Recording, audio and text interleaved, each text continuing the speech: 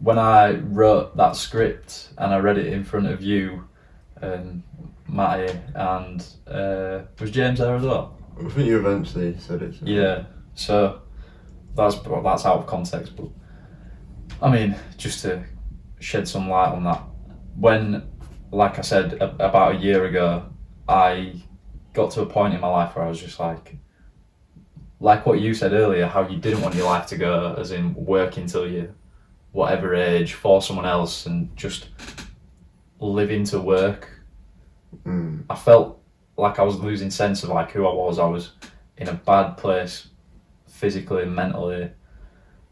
A lot of weird shit going on, and I just thought, right, now need to take a step back, sort your shit out, and take it from there. So the first thing that I did was delete all social media. I didn't delete the accounts, but I just got rid of it all off my phone. And I started, I mean, I don't even know where it came from, but it was probably a lot of, I was first really getting stuck into Joe Rogan podcasts and watching all the famous ones from over the years, you know, with like Randall Carlson, Jordan Peterson, David Goggins, all those key influencers, watching all of those. And then because I wasn't spending any of my time going on my phone or on social media really, I diverted all my energy into essentially writing and creating and just writing down my thoughts and seeing if that made me feel any better, if I made sense of things. And it got to the point where I couldn't wait to get home from work, because I would just go sit at this desk in the flat and just type things and think about all sorts of stuff and plan out what I was going to look into next and research, just to build the meta mindset.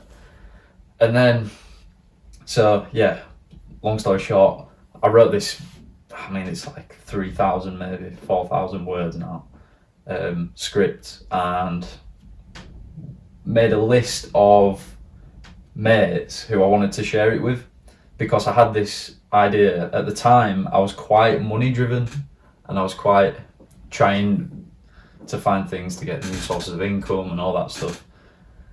And then, so the idea was to like get a group of guys together, group of the mates together and start a business essentially, which is how I kind of pitched it to you. But the script was basically explaining how and why I'd developed this mindset. And when you came to mind and I read it out to you, like, we've never done anything like that before, and it was so different and it was strange and it was weird for me doing it, but we both felt it, I think, at the time. Like I saw something almost click in your head, and I'll always remember that. No matter where this leads to, I'll always look back at that moment and think, that's probably where it started. Like, yeah, I think when you mentioned that spark moment, I definitely felt that, because I remember being sat there, and if anything, it wasn't like you said the one right thing, it was the conglomerate of everything you were saying. And it almost like took me back and just thought, yeah, this is the life. Yeah. It's like time to wake up almost. Yeah. And it's like hearing that from somebody who, like, you've got so much like love for and care for, and you obviously know that's reciprocated. Stop it. No, but what I'm trying to say is like, obviously with the connection we have, it almost means like, more. Yeah, it's almost like blinkers. It's almost like you've got a friend. Like, you think about friends in life. Yeah. You've just got a friend. You relate to them in some way. You share some commonalities. Yeah. But do they really have the best intention for you? And a lot of time, I bet nobody could really say that they knew as soon as they met that somebody they'd be their friend and then they'd build together. Yeah. So what I'm trying to say is, like, it's almost like you're not wanting to just go on a journey with me. You're wanting to like create your own life. Almost. Yeah. Because when you were talking about you going off the rails a bit, like back then, I was thinking like it's almost just like life's just like a sled pulling you with it. and you're obviously going to one destination, which is the end, but it's when you're almost on that sled being dragged, you just thought, I'm literally just moving here. I need to affect things around me. I need things to affect me. Yeah. So you're saying like invite things in, get rid of some things, and almost change the path that you're on.